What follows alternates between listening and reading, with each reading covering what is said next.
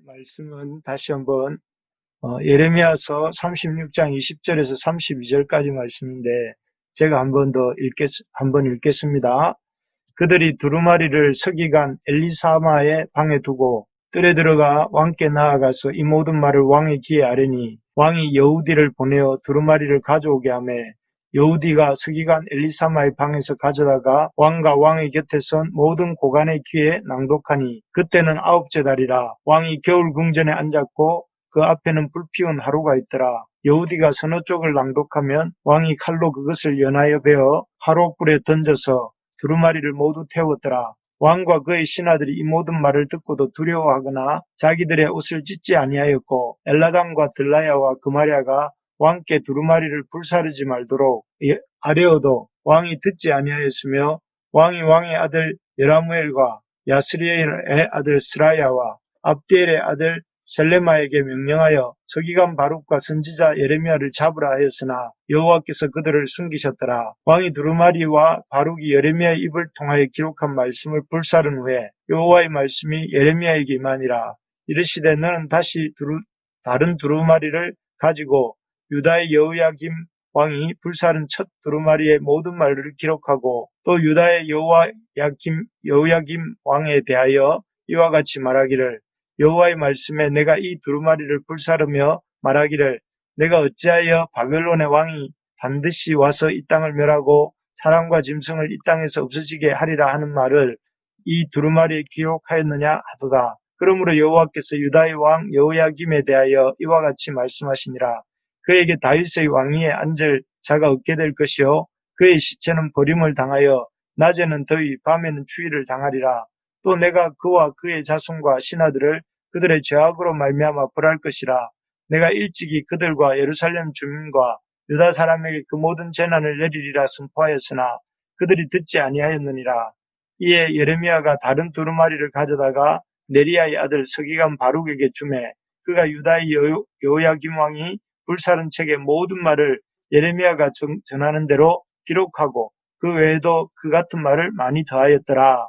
아멘. 우리 오늘 말씀 제목을 같이 한번 읽어볼까요? 말씀 제목입니다. 우리 시작. 말씀을 멸시하면 멸시받는 인생이 됩니다. 이렇게 되어 있습니다.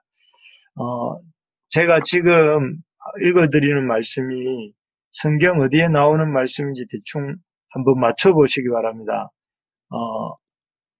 나를 존중히 여기는 자를 내가 존중히 여기고 나를 멸시하는 자를 내가 경멸하리라.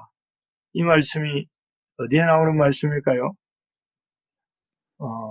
혹시 기억나실지 모르겠습니다만은 사무엘상 2장 30절 말씀이에요.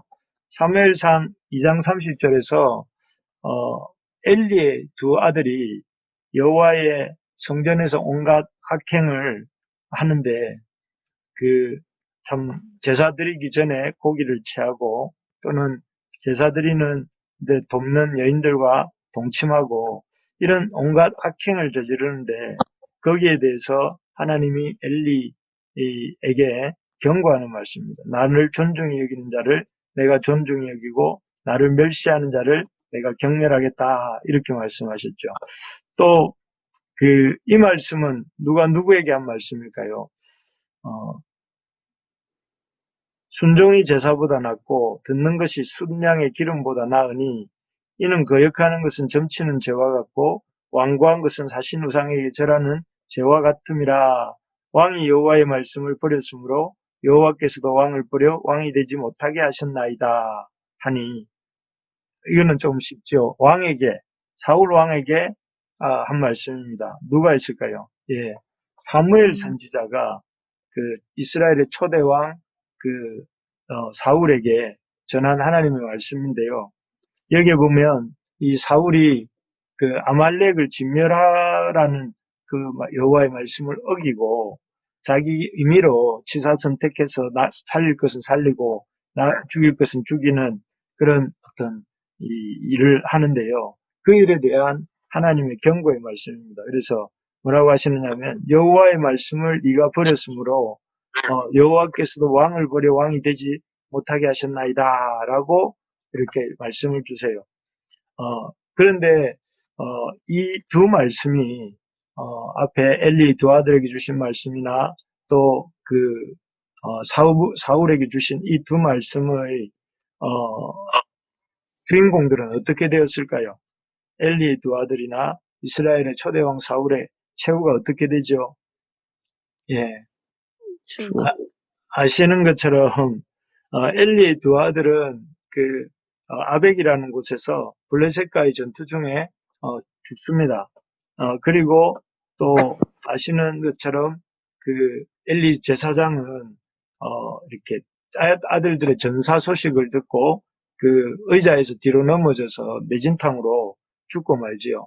그리고 두 번째 사울에게 주셨던 이스라엘 초대왕 사울은 어떻게 되지요? 역시 블레셋과의 전투에서 블레셋과 싸웠던 길보아 산에서의 전투에서 그가 아끼던 세 아들과 함께 이렇게 장렬하게 전사하고 말지요. 물론 본인은 스스로 목숨을 끊는데요.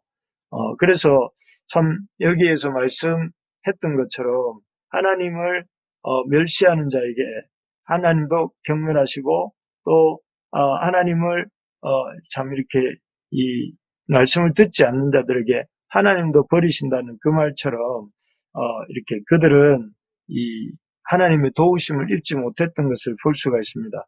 오늘 본문에 우리가 읽었던 이 이스라엘 왕 여호야김도 마찬가지입니다. 그는 어디에 있었느냐면은 이 여호야김 4년 차였던 것 같아요. 겨울 궁전 따뜻한 난로 곁에서 이 예레미야를 통해 주시는 경고의 말씀을 듣고 있었습니다. 이 말씀은 내용은 어제 보았지만 이스라엘이 악한 길에서 돌이키지 않고 계속해서 악행을 행하면 하나님께서 이 이스라엘을 이렇게 바벨론에게 붙여서 심판하시겠다 하는 내용입니다. 그런데 이 말씀을 듣고 백성들이 참 놀랍게도 금식을 선포하고 회개하죠.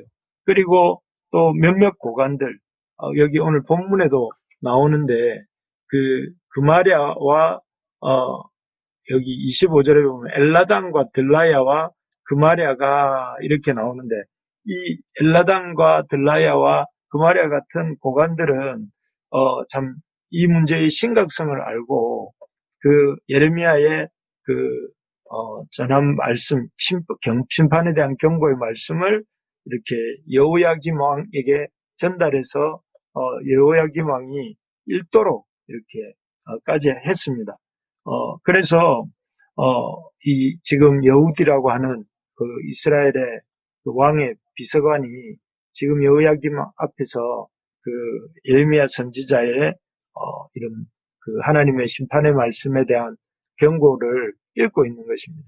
그런데 이 여호야김 왕의 반응이 어땠을까요? 여기 25절, 2절, 3절을 같이 한번 읽어봅시다. 22절, 23절 시작. 그때는 아홉째 달이라 왕이 겨울 궁전에 앉았고 그 앞에는 불 피운 하루가 있더라. 여우디가 서너 쪽을 낭독하면 왕이 칼로 그것을 연하여 베어 화로불에 던져서 두루마리를 모두 태웠더라. 여기 보면 하나님의 말씀을 듣고 마땅히 가슴을 찢고 회개해도 모자랄 판에 지금 어떻게 하고 있습니까? 여호와의 말씀을 칼로 쫙쫙, 그것도 면도칼로 쫙쫙 찢어서 불쏘시개를 이렇게 화로에 던져서 불쏘시개를 이렇게 삼아버리는 모습을 볼 수가 있습니다. 여호와를 참 무시하는 행동이고 여호와 하나님을 향해서 참으로 신성모독적인 행동을 하고 있죠.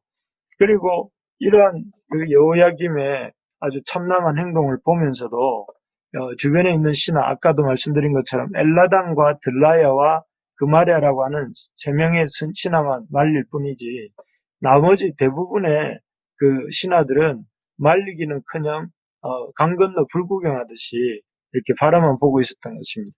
결국 이렇게 참 어떻게 보면 하나님을 가장 앞장서서 이렇게 섬겨야 될 왕, 기름 부은 사람이잖아요. 그런데 그 기름 부은 받은 왕이 오히려 이 여호와의 말씀을 앞장서서 훼손하고 있는 참 안타까운 장면입니다. 결국 이런 참 여호와의 말씀을 이렇게 무시하는, 또 듣지 않는, 불태우기까지 하는 여호야김에 대한 하나님의 이 참 말씀이 임합니다. 다시. 그래서 30절, 31절도 우리 같이 한번 읽어보겠습니다. 30절, 31절입니다. 시작. 그에게부터 읽어볼게요. 30절. 30절 그에게부터 시작. 그에게 다윗의 왕이 앉을 자가 없게 될 것이요. 그의 시체는 버림을 당하여 낮에는 더위, 밤에는 추위를 당하리라. 또 내가 그와 그의 자손과 신하들을 그들의 죄악으로 말미암아 벌할 것이라. 내가 일찍이 그들과 예루살렘 주민과 유다 사람에게 그 모든 재난을 내리리라. 선포하였으나 그들이 듣지 아니하였느니라. 여기에 보면 여호야김의 아주 비참한 최후에 대한 말씀이 나옵니다. 이 비참한 최후에 대한 말씀이 무엇이냐면은 죽임을 당할 것이고, 그 시체가 아주 버림을 당해서 이렇게 낮에는 더위, 밤에는 추위를 당할 것이다, 이렇게 말씀하고요. 또 여호야김의 신하들은 이렇게 신하들 역시 하나님의 그 죄악으로 인해서 벌을 받게 될 것이다 라고 이렇게 경고합니다. 그래서 결국 이러한 여호와의 경고는, 예레미야를 통해 주신 이 여호야김에 대한 경고는 현실로 이루어지죠. 그래서 역사 속에서 BC 597년에 그 바벨론의 2차 침공이 있게 되는데, 그때 이 여호야김은 이 포로가 되고 쇠사슬에 매여서 죽임을 당하고, 또 그의 시체는 아주 매장된 것이 아니라 이렇게 시민들에 의해서 죽은 동물처럼 구덩이에 던져지고, 또 성벽 밖에, 나중에는 성벽 밖으로 이렇게 버려졌다고 합니다. 그래서 참 한나라의 왕치고는 특히 유다의 왕들 중에서는 이렇게 그 시신조차 수습하지 못하고 이렇게 버림받고 치욕을 겪은 왕은 여호야김이 유일하다고 해요. 마치 우리가 이런 것이죠. 중력의 법칙을 어기고 우리가 2층이나 3층에 올라가서 뛰어내리면 우리에게 어떤 일이 벌어질까요? 예, 2층, 3층 정도니까 발목이 부러지거나 그 정도, 발이 부러지는 정도일 수 있습니다. 아니면 20층이나 30층에서 뛰어내리면 어떻게 되겠습니까? 죽어요. 왜 바로 죽습니다. 바로 죽죠. 마찬가지로 세상이 이 중력의 법칙이라는 게 있는 것처럼 세상 만물이 돌아가는 영적인 법칙이 있거든요. 그것을 우리가 가볍게 여기고 이 영적인 법칙을 어기게 되면, 하나님의 영적인 법칙을 어기게 되면 어떻게 되겠습니까?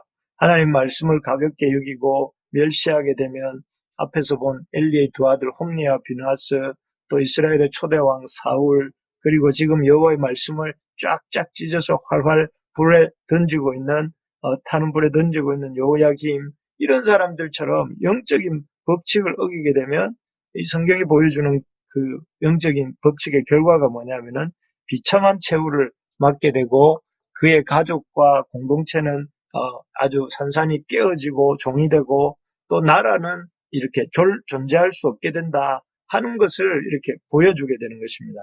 그래서 하나님이 우리에게 주시는 경고는, 우리가 하나님을 멸시하면 하나님도 우리를 멸시한다 하는 이 영적인 아주 중요하면서도 아주 단순한 원리를 가르쳐 줍니다. 그래서 우리가 어떤 인생이 되기를 원하시는가 하면 하나님을 멸시하지 않는 인생, 하나님을 경외하는 인생이 되라 하는 것이죠. 그래서 어떻게 하면 하나님을 멸시하지 않는, 우리가 눈에 보이는 사람은 이렇게 잘 멸시 안 하는 것 같아요. 그러면 그 상대방이 화를 내고 우리에게 어떤 반격을 가할 수 있기 때문에 사람은 그래도 좀 덜 멸시하려고 하는데, 눈에 보이지 않는 하나님은 아주 이렇게 보이지 않는다는 이유로 우리가 이 사울처럼, 엘리와 홈리와 비나스처럼, 또 이렇게 오늘 본문에 나온 여호야김처럼 아주 이렇게 대놓고 무시할 때가 많은데, 그렇게 하나님을 무시하지 않고 하나님을 경외하는 사람이 되려면 어떻게 해야 되는가? 첫째, 헛된 것을 의지하지 말아야 된다 하는 것입니다. 여호야긴과 그의 신하들이 하나님의 말씀을 듣고도 두려워하지 않고 이렇게 뻔뻔하게 하나님의 말씀을 면도칼로 짝짝 찢어서 그렇게 화롯불에 불쏘시개 삼을 수 있었던 그런 아주 담대하다고 해야 될까요? 그런 아주 이렇게 그 뻔뻔함과 그런 이 참 제약됨이 어디서 나온 것일까요? 뭘 믿고 이 사람들은 이렇게 아주 강심장 아주 하나님 앞에서 이렇게 참남한 행동을 할 수 있었을까요? 그것은 그 한 가지 이유가 뭐냐면 애굽을 의지했기 때문에 그렇습니다. 이 사람들은 여호야김은 누가 세운 왕이었냐면은 그 애굽 왕 바로느고가 이렇게 세웠던 왕이에요. 그래서 이 여호야김은 아주 친애굽파 왕이었죠. 그래서 바벨론이 비록 강대하다 할지라도 전통적 강호인 애굽 왕이 자기 편이기 때문에 자기가 어떤 어려움을 겪게 되면 이 애굽 왕 바로느고가 와서 자기를 도와줄 것이라 하는 믿음이 있었던 것 같습니다. 그래서 이 참 하나님이 예레미야 선지자를 통해서 바벨론에 의해서 이 예루살렘이 침공받을 거다 해도 그 믿는 구석이 있었기 때문에 오히려 하나님 말씀을 무시하고 또 그 하나님 말씀을 불태우고 하나님 말씀을 전해준 선지자 예레미야와 바룩을 이렇게 오히려 잡아서 가두려고 하는 그런 아주 이렇게 교만한 행동을 하고 있는 것이죠. 하지만 이러한 그 여호야김의 애굽에 대한 짝사랑은 결국 실패로 끝나고 맙니다. 왜냐하면 앞에서도 말했던 것처럼 597년에 바벨론 2차 침공 때 이 바로느고는 한 발자국도 나오지 않습니다. 애굽의 궁전에서 바로느고는 움직이지도 않습니다. 왜 그러냐면은 이 애굽도 바벨론에 대해서 이렇게 두려워하고 있었기 때문이죠. 결국 그토록 의지하고 바라고 또 짝사랑했던 그 애굽은 이런 그 여호야김의 그런 간절한 어떤 그 기대를 저버리고 말았던 것이죠. 지난 주일에도 말씀드렸지만 세상의 그 어떤 종교도 이렇게 구원을 주지 못합니다. 마지막에는 이렇게 나는 참 지옥으로 간다 하면서 가는 것이 세상 종교의 현재 실제 모습입니다. 그리고 세상의 어떤 물질도 아무리 돈이 많은 사람도 그 돈으로 구원함은 얻지 못합니다. 여기 오늘 본문에 보여주는 여호야김이 보여주는 것은 무엇입니까? 세상의 그 어떤 사람도 그 어떤 세력도 우리를 구원해 줄 수 없다 하는 것입니다. 그래서 우리가 의지해야 될 것이 무엇입니까? 애굽의 군대입니까? 아니면은 우리에게 있는 돈입니까?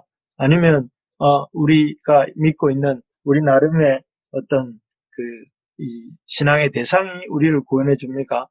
아무것도 구원해 줄 수 없다 하는 것을 우리가 깨달을 때에 우리가 하나님을 의지하게 되는 것입니다. 이 새벽에 기도하러 나온 우리 동역자들은 바로 그런 분들인 줄 믿습니다. 우리의 하나님만이 우리 자신의 참된 구원이심을 믿으시지요? 네. 하나님만이 우리의 참된 구원이라는 사실을 알고 좌고 우면하지 마시고 왼쪽 한번 쳐다보고 오른쪽 한번 쳐다보고 하지 말고 오직 하나님만을 주님으로 믿고 또 붙잡고 따라가는 의지하는 우리가 되기를 원합니다. 그래서 오늘 기도할 때도 하나님이 나의 참 도움이십니다 하고 고백하면서 기도하면 좋겠습니다. 두 번째로 우리가 하나님을 멸시하지 않고 하나님을 경외할 수 있는 길은 두 번째로 회개할 기회가 있을 때 회개를 해야 된다 하는 것입니다. 하나님보다 다른 것을 더 의지하면 안 되고 두 번째는 회개할 기회가 있을 때 회개를 해야 된다 하는 것인데 사실 하나님이 심판에 대한 이 메시지를 전한 선지자는 예레미야 선지자가 처음이 아니었습니다. 여러분 혹시 기억나시는지 모르겠지만 우리야라는 선지자가 3년 전에 그러니까 여호야김 왕 1년차 지금 오늘 본문은 4년차 때인데요. 1년차 때 우리야라고 하는 선지자가 이 예레미야가 전한 메시지를 똑같이 전했습니다.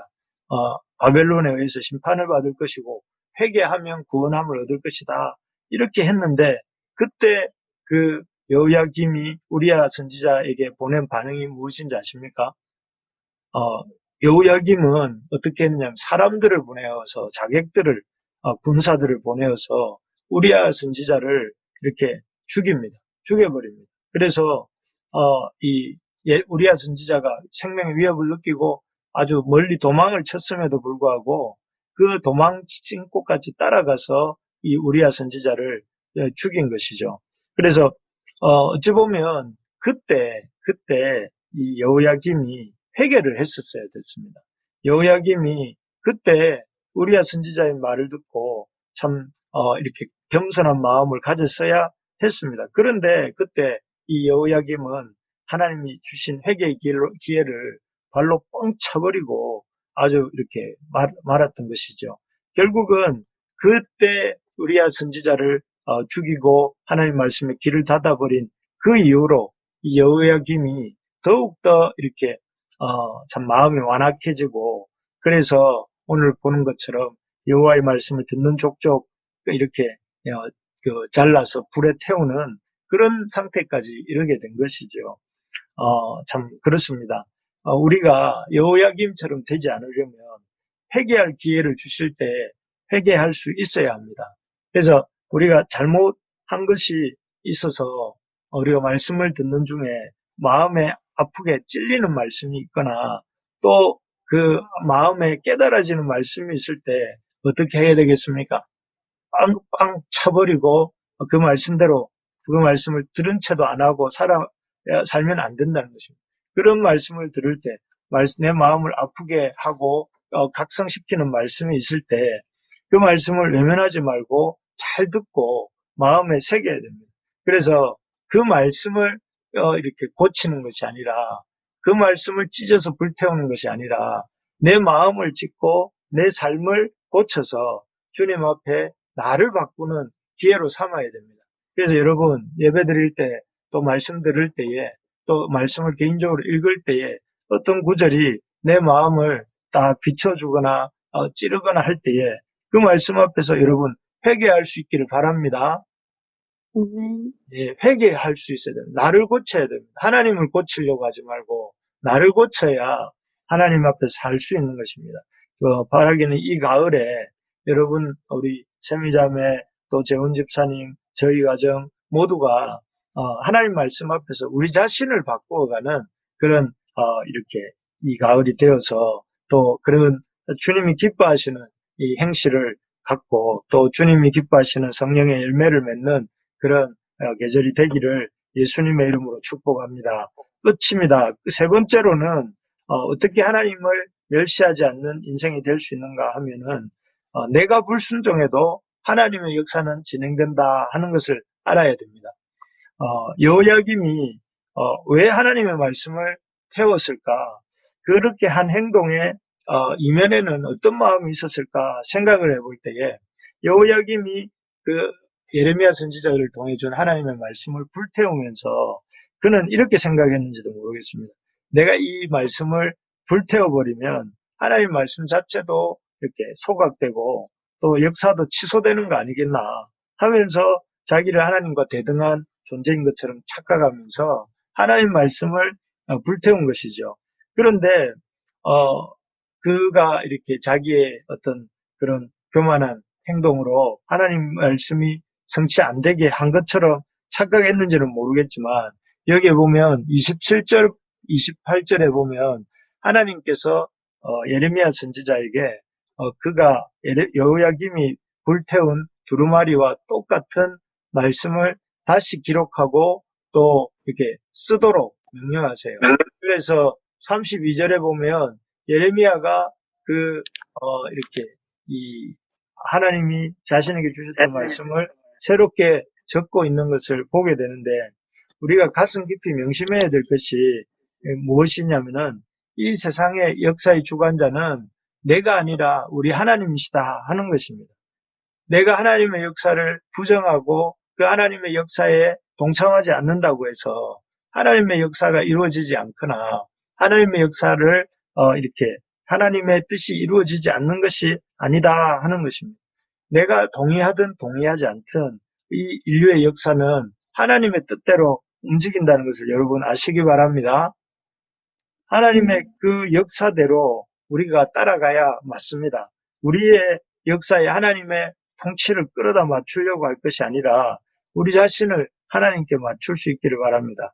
그래서 하나님 역사에 순종하는 자가 복 있는 인생입니다. 하나님 역사에 기쁘게 반응하는 사람이 복 있는 사람입니다. 그래서 여러분, 우리가 먼저 그의 나라와 의를 구하는, 우리가 먼저 주님께 우리를 맞추는 우리 모두가 될 수 있기를 주님의 이름으로 축복합니다.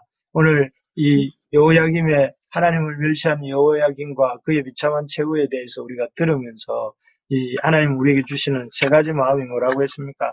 어떻게 하나님을 멸시하지 않고 하나님을 경외하는 사람이 될 수 있다고 했습니까? 첫째는 애굽을 의지하지 말아라. 헛된 것을 의지하지 말아라. 참 도움은 하나님뿐이다 하는 것이고, 두 번째는 하나님이 회개의 기회를 주실 때 회개를 해야 된다. 하나님은 우리의 그 잘못을 이렇게 돌이킬 기회를 주시는데 그때에 교만하게 그 회개의 기회를 이렇게 붙잡지 않는 것은 결국 멸망으로 가는 것이다 하는 것이었고, 마지막으로 하나님이 역사의 주권자가 되시기에 하나님이 이끌어 가신 대로 우리가 거기에 맞춰야 된다 하는 것입니다.